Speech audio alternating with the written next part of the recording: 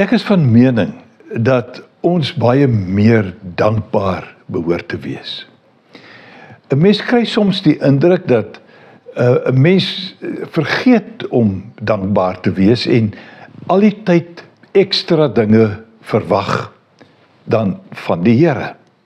Hy moet dit nog doen, hy moet nog daar antwoord gee, ensovoorts, ensovoorts. Intussentyd gebeur daar dalk soveel ander goeie dinge, wat by jou verbygaan, omdat jy dit nie opmerk nie, as gevolg van al jou versoeke, dalk wat jy rig, en daarom is jy nie regtig dankbaar nie. Soos wat jy dankbaar kan of behoort te wees nie. Kom ons lees in Kolossense 1 vers 12, 'n rede wat daar aangeteken is, waarom ons dankbaar behoort te wees. Hy sê, met blydskap moet julle die Vader dank, wat julle geskik gemaak het om deel te hê aan die erfenis wat vir die gelowiges wag in die ryk van die lig.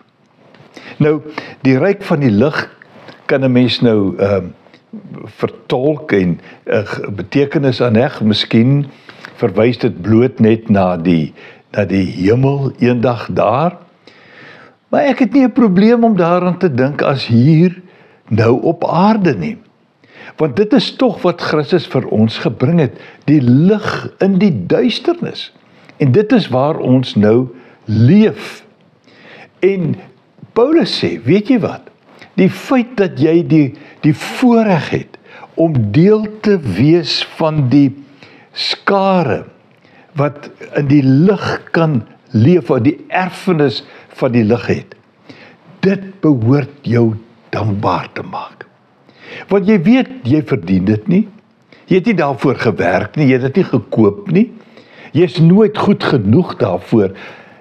Dis net ons geloof in Jesus Christus, wat vir ons hierdie erfenis nagelaat het, of nalaat, of uitdeel, beskikbaar maak, sodat ons in die ryk van die lig kan leef. Dis die plek vir gelowige mense. En ons kom daarin, of ons besef dit, wanneer ons werklik dankbaar is daaroor. En daarom wil ek vir myself eintlik vandag sê, Sarel, jy moet meer dankbaar wees. Sien meer goeie dinge rondom jou raak, hier in die ryk van die lig. Wees minder bekommerd oor allerhande dinge. Wees meer dankbaar. Miskien voel jy ook so, en ek sal bly wees om jou te verwelkom, as iemand wat saam met my wil dankbaar wees. Loop mooi.